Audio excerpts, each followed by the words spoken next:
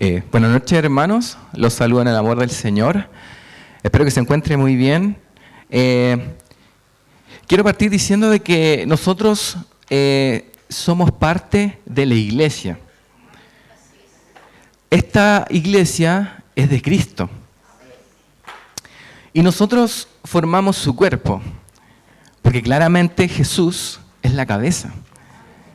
Es el que guía este cuerpo. Pero yo le quiero hacer una pregunta.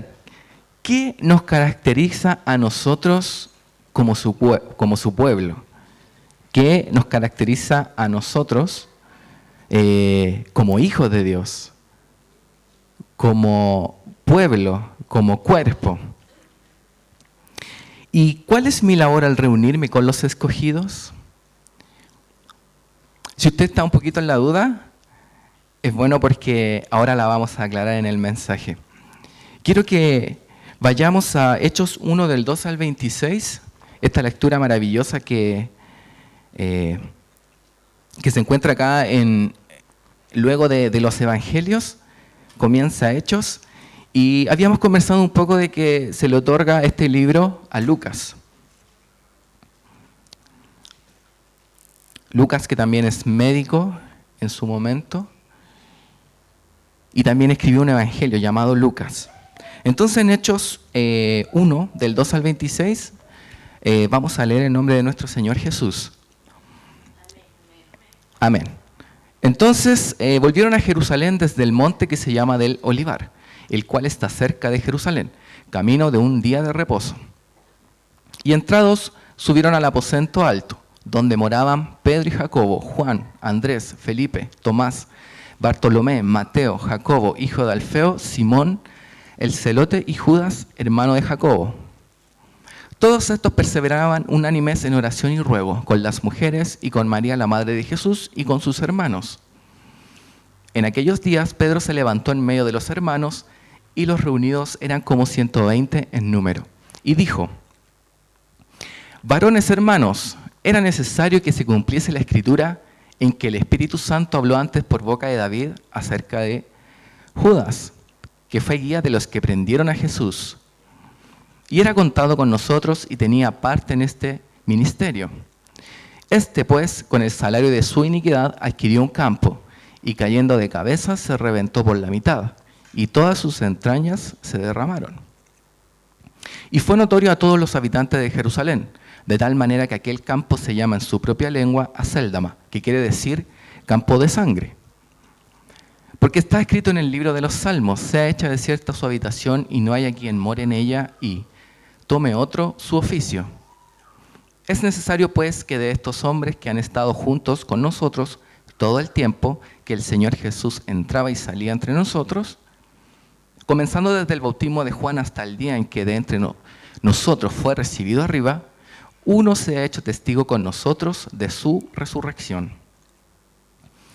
Y señalaron a dos: a José, llamado Arsabás, que tenía por sobrenombre Justo, y a Matías.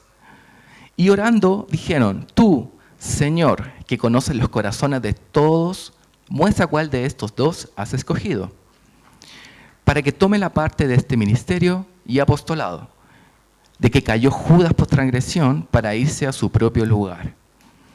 Y les echaron suertes, y la suerte cayó sobre Matías, y fue contado con los 11 apóstoles. Cierra sus ojos, hermanos.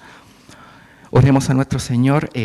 Padre bendito, gran Dios, te agradecemos porque nos das un día más para poder tener la oportunidad de estar en tu casa, de poder adorarte, de bendecirte, de escuchar tu palabra, de poder escudriñarla, de poder, Señor, entenderla.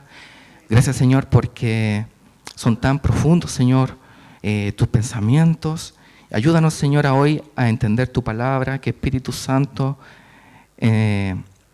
ayúdanos, danos la sabiduría para poder guardarla en nuestro corazón y poder también ponerla por obra. Bendice a tu pueblo, a tus hijos, a los que te aman. En el nombre de Jesús, amén. Quiero que vayamos al versículo 12, en la versión NTV, y como trasfondo, en los versículos anteriores, Jesús se despide de sus discípulos. Jesús ya había muerto, había resucitado, se había aparecido alrededor de 400 personas y había visitado a sus discípulos teniendo muchas más enseñanzas. Y finalmente Jesús se despide y asciende al cielo. Luego de que Él asciende, ocurre esto. Dice, después los apóstoles regresaron del Monte de los Olivos a Jerusalén a 1 kilómetro de distancia. Este monte era muy frecuentado por Jesús. Y acá fue donde Él ascendió al cielo, en el Monte de los Olivos. Era muy probable que los sacerdotes hubieran implantado una regla que decía de que solamente podían caminar una distancia de 1 kilómetro. Por eso dice en la otra versión que a distancia de un día de reposo.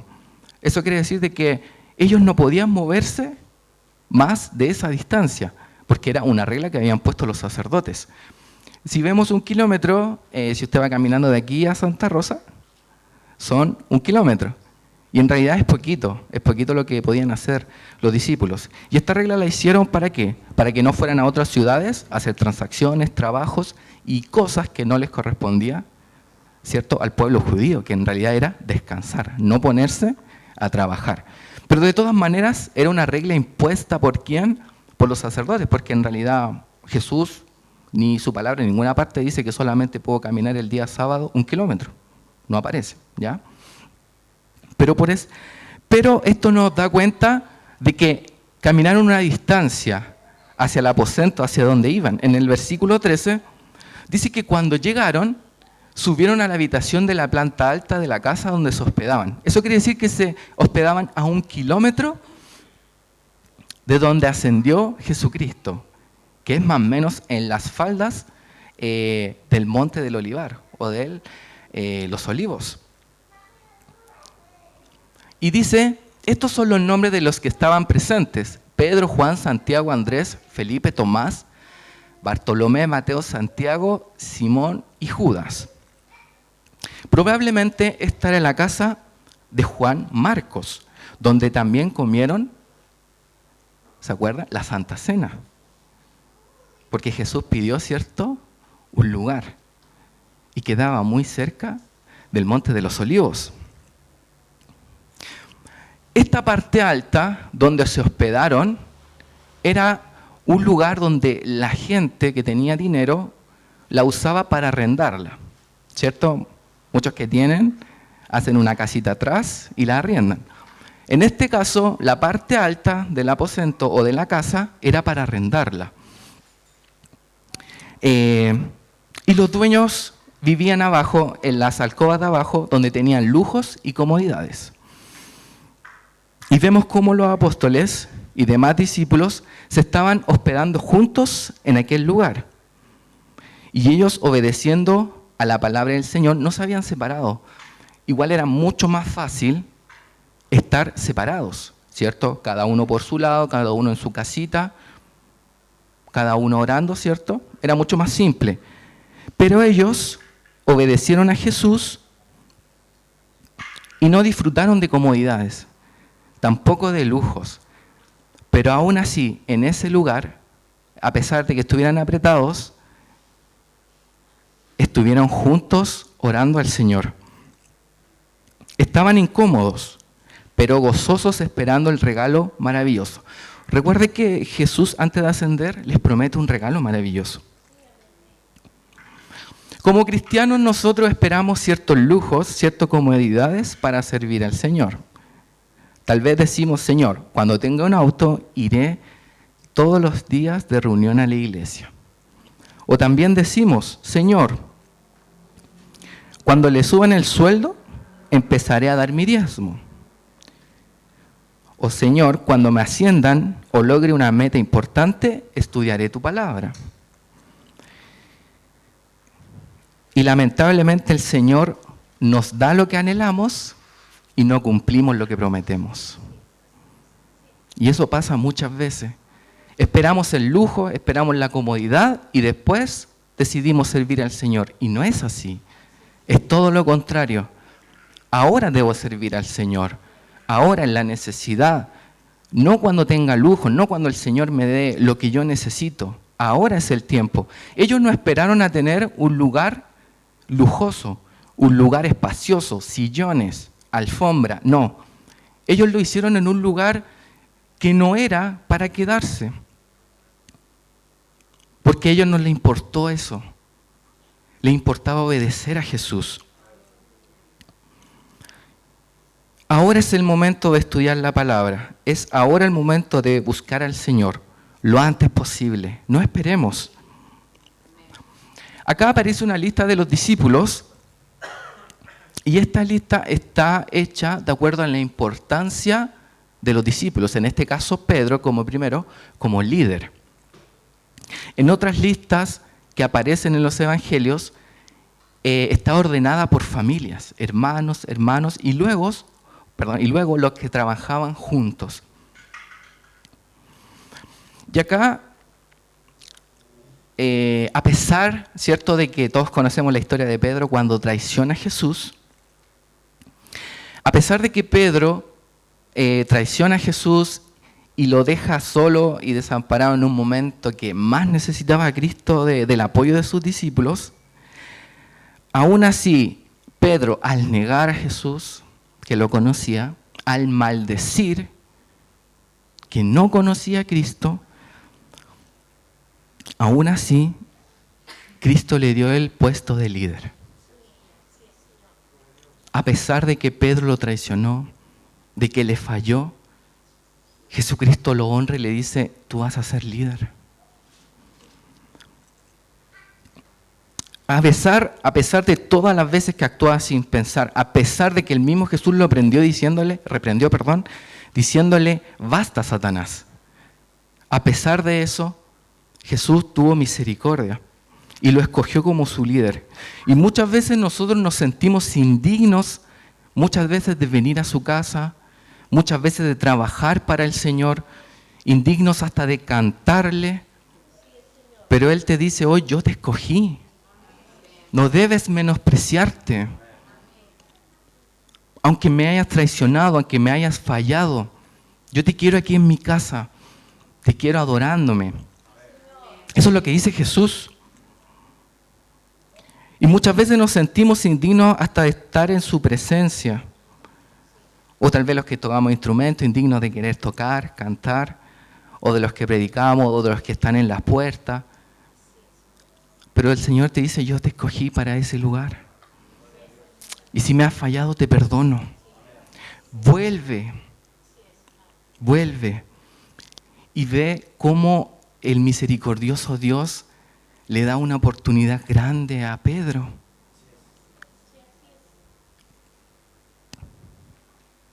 Y disfrutemos, hermanos, lo que Él nos dio, esta cercanía. Veamos el versículo 14.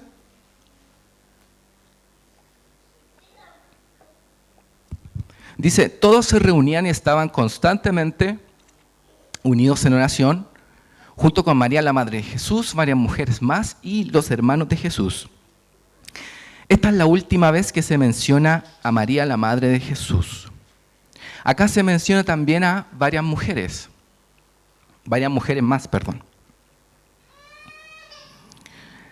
Y esto quiere decir que las mujeres que habían, la traducción hace alusión de que son esposas de aquellos varones que estaban ahí y también otras mujeres que no necesariamente eran esposas. Porque muchos pueden decir, no, es que no estaban las esposas de los apóstoles y ellos, no, en verdad sí estaban. Y en esta traducción hace alusión a las esposas y a las mujeres que los acompañaban. Y acá aparece también, y los hermanos de Jesús. Muchas veces cuando un judío decía, este es mi hermano, también decía, es mi pariente.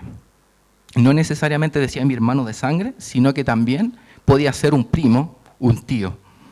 Y dice, y los hermanos de Jesús, toda su familia. Vemos cómo la familia de Jesús también estaba ahí, trabajando con el cambio que hubo. Y acá dice que la unidad en la oración era constante. Todos se reunían y estaban constantemente unidos en oración. Una característica del pueblo de Dios es que es un pueblo que ora. Esa es una característica muy importante que usted debería tener, porque una de las principales fuentes de nosotros conversar con el Señor, de poder acercarnos a Dios. Entonces, si yo quiero tener una confianza, una cercanía con el Señor, debo orar. Y este es uno de los aspectos muy importantes de la oración. Y el otro aspecto muy importante es la lectura de su palabra. El pueblo de Dios vivía un momento de angustia, un momento de peligro. Ya no tenían a Jesús físicamente. Y eso es algo súper complejo. ¿Por qué? Porque era el centro de todo. Ellos se sentían segurísimos. Imagínense que si a alguien le pasaba alguna enfermedad o si lo atacaban, total voy a donde el Señor Jesús y me sana y listo. Y si no me manda al cielo, listo. Pero ahora sin sentir su presencia físicamente era todo distinto. Ya no era, Señor, tengo este problema. Y el Señor le decía a Pedro, anda a pescar y allá va a haber un pescadito con una moneda de oro, págate tú y págate a mí. Ya no estaba eso. Ya no estaba ese Jesús que se preocupaba por cada necesidad de los discípulos, pero cada necesidad. Entonces ellos vivían un momento de angustia, de peligro, pero ellos oraban constantemente unidos, así como la oración de Jesús. No sé si usted se acuerda de la oración de Jesús. En Juan 17:21 dice, te pido que todos sean uno, así como tú y yo somos uno. Es decir, como tú estás en mí, Padre, y yo estoy en ti, y que aquellos estén en nosotros, para que el mundo crea que tú me enviaste. Eso es algo importantísimo como iglesia, que estemos unidos orando. La oración es muy importante. Claro, obviamente todos oramos en nuestras casas y siempre cuando necesitamos la ayuda del Señor nos arrodillamos o le pedimos. Pero si no hubiera oración acá en la reunión, ¿cómo sería? Extraño. Porque algo importantísimo, la oración y la predicación. Si alguno está afligido, ore. Esto acallará los miedos y las preocupaciones. Los apóstoles tenían una tarea muy grande que realizar, muy grande. Debían expandir el reino de Dios a todo el mundo. Jesús lo hizo en Galilea y Jerusalén, pero faltaba Samaria. Faltaban todas las demás naciones, los griegos, los mismos romanos. Imagínense que a usted le digan, ya, ustedes 12 van a encabezar una revolución y todo lo que yo les dije en 3 años tienen que enseñárselo a los demás. ¿Usted estaría listo y preparado para que todo lo que Jesús habló, usted lo pueda repetir? Difícil. Porque muchos de nosotros estaríamos durmiendo en las predicaciones. ¿Cierto? Pasó un milagro. ¿En serio? ¿Dónde? Porque muchas veces estamos despistados y eso es algo natural en nosotros. Es algo normal. Porque nuestro cuerpo y nuestra carne desea los placeres de este mundo.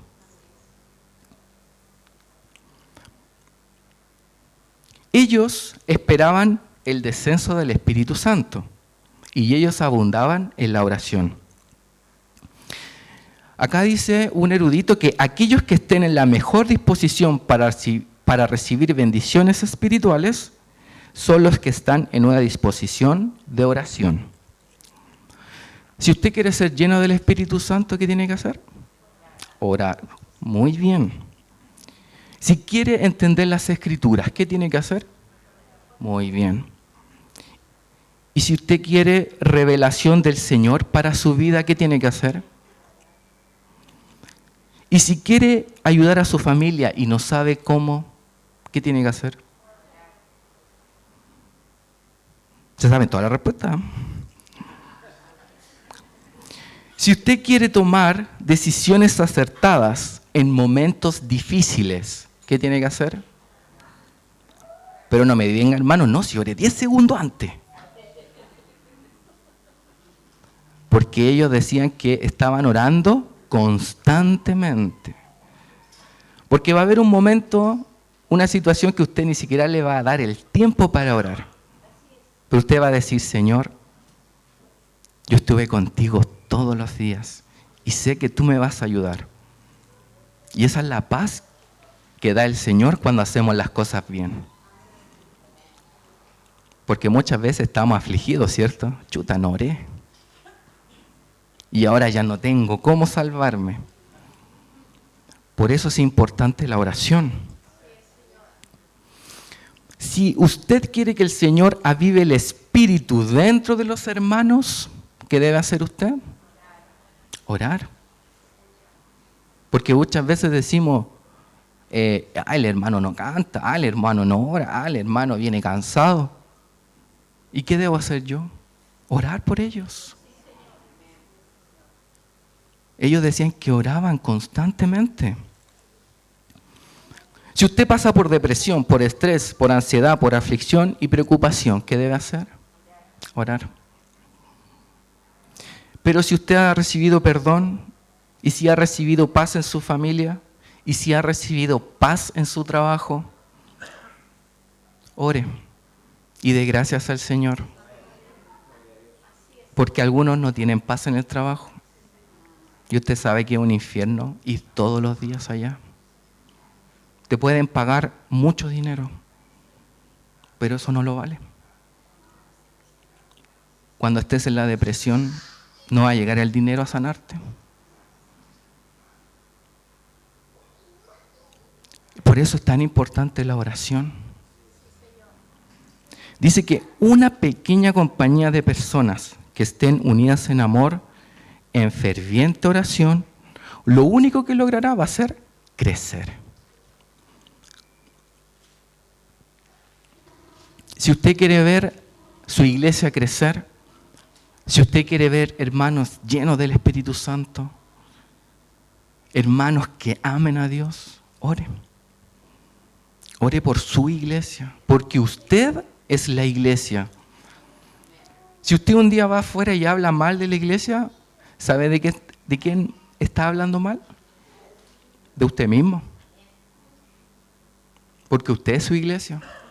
Porque usted no oró para que los hermanos sean cambiados, transformados. Muchas veces no tomamos esa responsabilidad. No, si el pastor está orando, obvio. No, si los hermanos de arriba oran. Pero yo debo de hacerlo porque cuando estaba en la primera iglesia, todos oraban, unidos, no solo los discípulos. Veamos el versículo 15 que dice, durante aquellos días, cuando aproximadamente 120 creyentes estaban juntos en un mismo lugar, Pedro se puso de pie y se dirigió a ellos. Dice la palabra que en un momento hubo 120 creyentes. Si sacamos la cuenta, 12 apóstoles más sus 12 esposas, supongamos, hagamos una cuenta así súper grande, más las mujeres, más María, la madre de Jesús, más los parientes de Jesús, ¿da 120? Imposible. Lo que hizo la oración, la unidad, hizo crecer la iglesia. Ya no eran 40. Dice los estudiosos que se agregaron 80.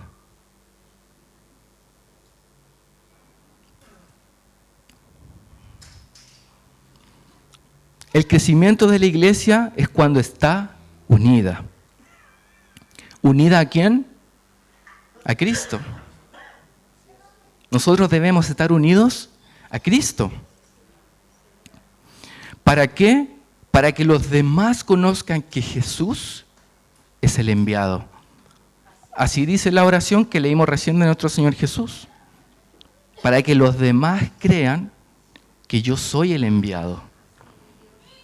Y es la única manera de que ellos se vuelvan a Cristo.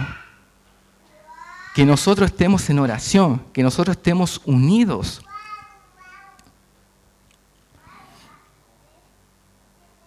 Junto a la oración, junto a la unidad, no sé si usted se había percatado, pero Pedro en este momento es la primera vez que se pone de pie y habla como líder. ¿Pero cuándo fue? Después que oraron unidos.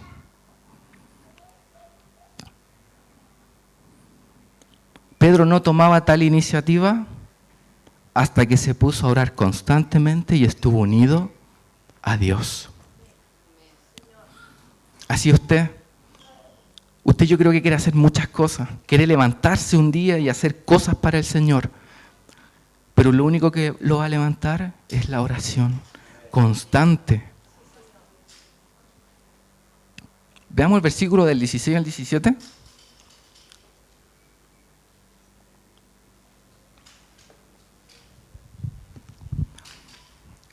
Y acá lo que dice Pedro: hermanos, les dijo, las escrituras tenían que cumplirse con respecto a Judas, quien guió a los que arrestaron a Jesús. Esto lo predijo hace tiempo el Espíritu Santo cuando habló por medio del rey David. Judas era uno de nosotros y participó con nosotros en el ministerio. Acá hay algo muy importante y es la templanza de Pedro. Imagínense a Pedro recordar lo que hizo Judas. ¿Qué hubiera pasado con Pedro? De solo nombrarlo le da una ira. ¿Sí o no? ¿Ustedes conocen cómo es Pedro? Quiso matar a uno de la guardia por arrestar a Jesús. No le iba a dar, no le iba, no sé, qué cosa le iba a hacer a Judas si es que lo pillaba por ahí vivo. ¿Cierto? ¿Por qué? Porque traicionó a su maestro, a quien él más amaba. ¿Y cómo lo trata acá Pedro? Con templanza. ¿Cómo trataríamos nosotros a las personas que nos han hecho mal? No, me hablé de este traicionero. No, ni siquiera me lo nombres. Pero Pedro fue transformado. ¿Cierto? Pedro lo trata como él es y cómo ocurren las cosas solamente. No agrega cosas que él piensa o que él siente. Esto fue lo que ocurrió. Judas fue el guía de los que arrestaron a Jesús.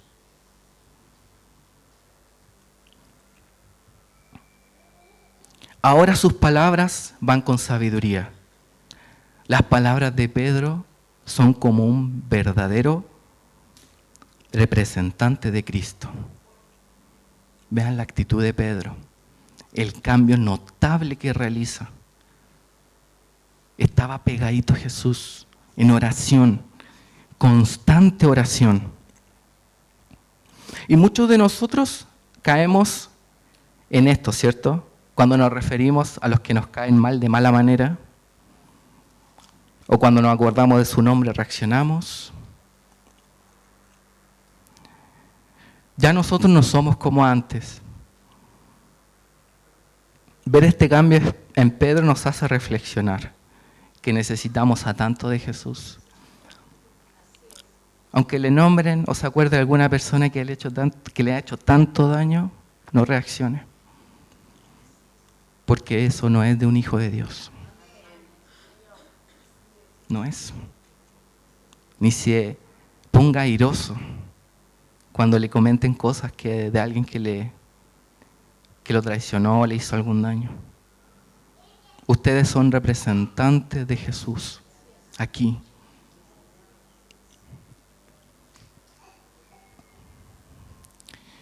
Veamos del versículo 18 al 19. Dice, Judas había comprado, esto está entre paréntesis, Judas había comprado un campo con el dinero que recibió por su traición. Allí cayó de cabeza, se le reventó el cuerpo y se le derramaron los intestinos. La noticia de su muerte llegó a todos los habitantes de Jerusalén y ellos le pusieron a ese lugar el nombre en arameo Aceldama, que significa campo de sangre. Lo más probable es que Lucas proporciona esta información, ya que había pasado tan poco tiempo sobre lo que había ocurrido con Judas. Y es muy difícil que en 5 y 6 semanas, ¿cierto?, reconozca todo Jerusalén que Judas compró un campo y que le pasó todo esto. ¿Ya? Es muy difícil. Entonces, esta información la proporciona el mismo Lucas cuando escribe Hechos. Y además la traducción debería decir, lo hicieron poseer. Porque recuerde que, si usted se acuerda, Judas va a entregar el dinero. ¿Y qué hacen los sacerdotes? Compran ese campo con el dinero de Judas. ¿Y qué hacen los sacerdotes? Lo más probable es que lo compraron o lo hicieron poseer. Lo compraron a nombre de Judas. ¿Ya? Y venga los martes para que después aprenda más sobre lo que pasó con Judas. ¿Ya? Hay muchas conjeturas. No, que aquí nos vamos a alargar mucho. Versículos 20. Dice, ya no hay entre paréntesis, sigue hablando Pedro, dice, esto estaba escrito en el libro de los Salmos, continuó Pedro, donde dice que su casa quede desolada y que nadie vive en ella. También dice que otro tome su lugar. Estas son maldiciones que hay en Salmos para los que se rebelan contra el ungido de Jehová. Simplemente eso. Si usted la quiere buscar, está en Salmos, ¿ya? Son maldiciones para los que maldicen al ungido de Jehová. Versículos 21 al 22, acá se toma Pedro. 21 al 22 dice, entonces ahora tenemos que elegir a alguien que tome el lugar de Judas entre los hombres que estaban con nosotros todo el tiempo mientras viajábamos con el Señor Jesús. Desde el día en que Juan lo bautizó hasta el día en que fue tomado de entre nosotros, el que salga elegido se unirá a nosotros como testigo de la resurrección de Jesús. Había ciertos requisitos para poder estar, ¿cierto?, y ser uno de los apóstoles. Y muchas veces nosotros pensamos, no, que para el puesto de pastor, para el puesto de líder, tiene que ser alguien con carácter, tiene que ser alguien que sepa convencer, alguien que sepa moverse. ¿Y qué se pide acá? Nada de lo que nosotros vemos o esperamos de las personas, sino que simplemente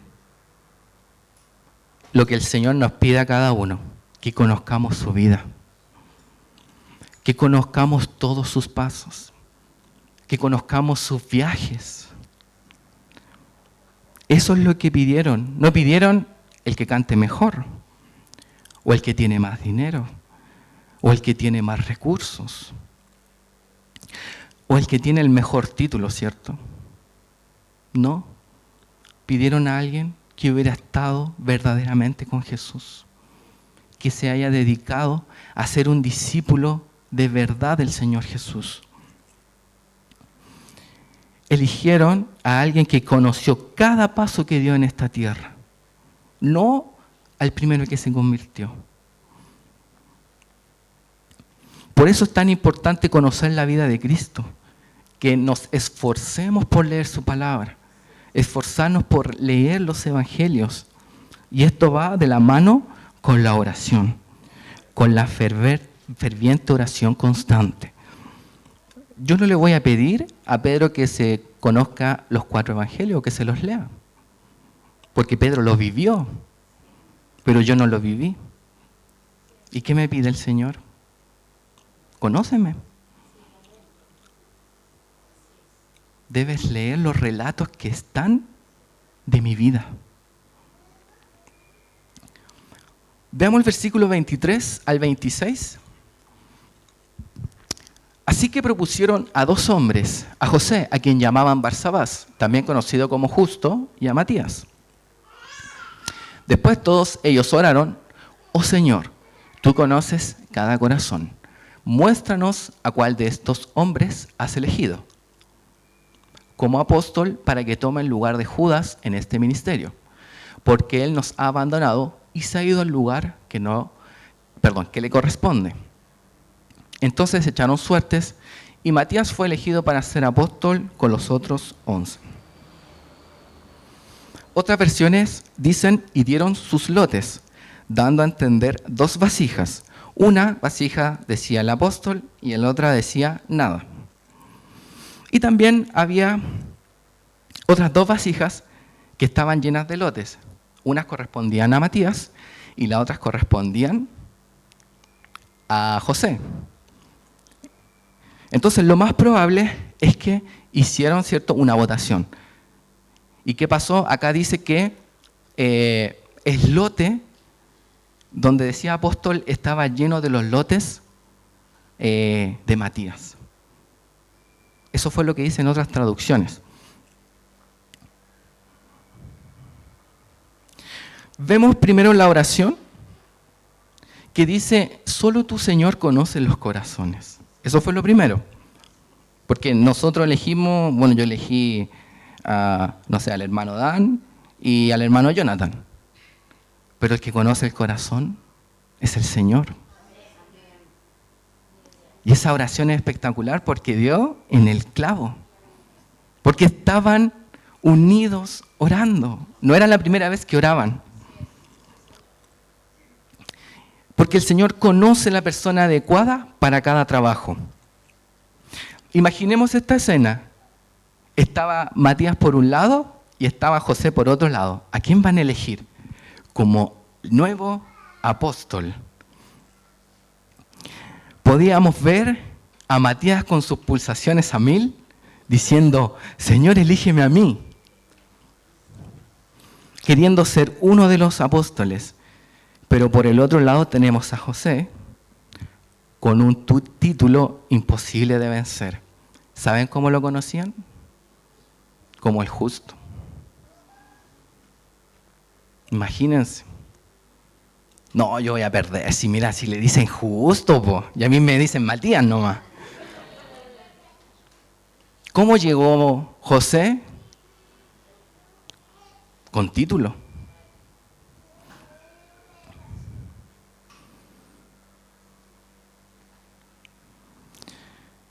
Y es hermoso lo que Dios hace, porque Él no se fija en los títulos, ni lo que hemos hecho, sino que se fija en el corazón.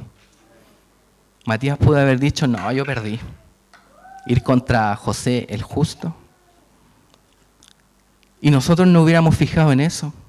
No porque este es ingeniero, no porque él es profesor, no porque... El Señor no mira eso. El Señor mira el corazón. Porque Él sabe quién es el adecuado para el trabajo correcto. Él sabe.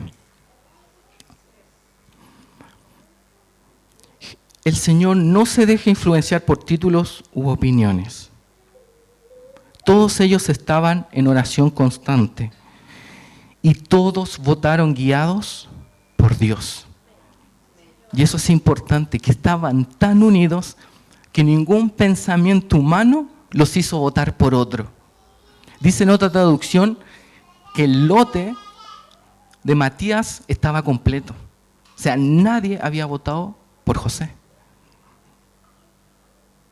Y es porque los designios del Señor, cuando estamos unidos a Él, no nos hacen equivocarnos. Cuando estamos en constante oración. Y todos tomaron la misma decisión, porque estaban unidos y no se dejaron llevar por los títulos o porque la persona lo que hacía o por lo que tenía. No tomemos decisiones basadas en lo que a nosotros nos importa o a lo que a nosotros nos interesa. Más bien tomemos decisiones basadas en lo que a Dios le agrada. Siempre estando en oración. Tampoco usted se deje guiar por sus pensamientos. Es que yo no tengo un título. Es que yo no estudié tanto. A eso al Señor no le importa. Le importa un corazón.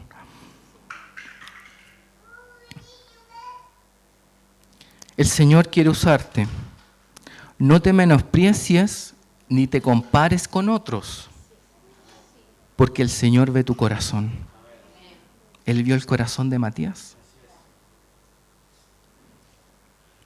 No olvidemos lo que caracteriza a la iglesia, que es la oración. Eso debe ser lo principal en nosotros, orar. Lo segundo principal, conocer a Jesús en todos sus pasos, en todo lo que hizo. Estar unidos a Él en una oración ferviente y constante. No menospreciar a los demás, ni tampoco menospreciarnos a nosotros porque no hemos logrado cosas. Porque Él sabe para lo que nosotros somos buenos. Él conoce nuestros corazones. Cierre sus ojos, hermanos.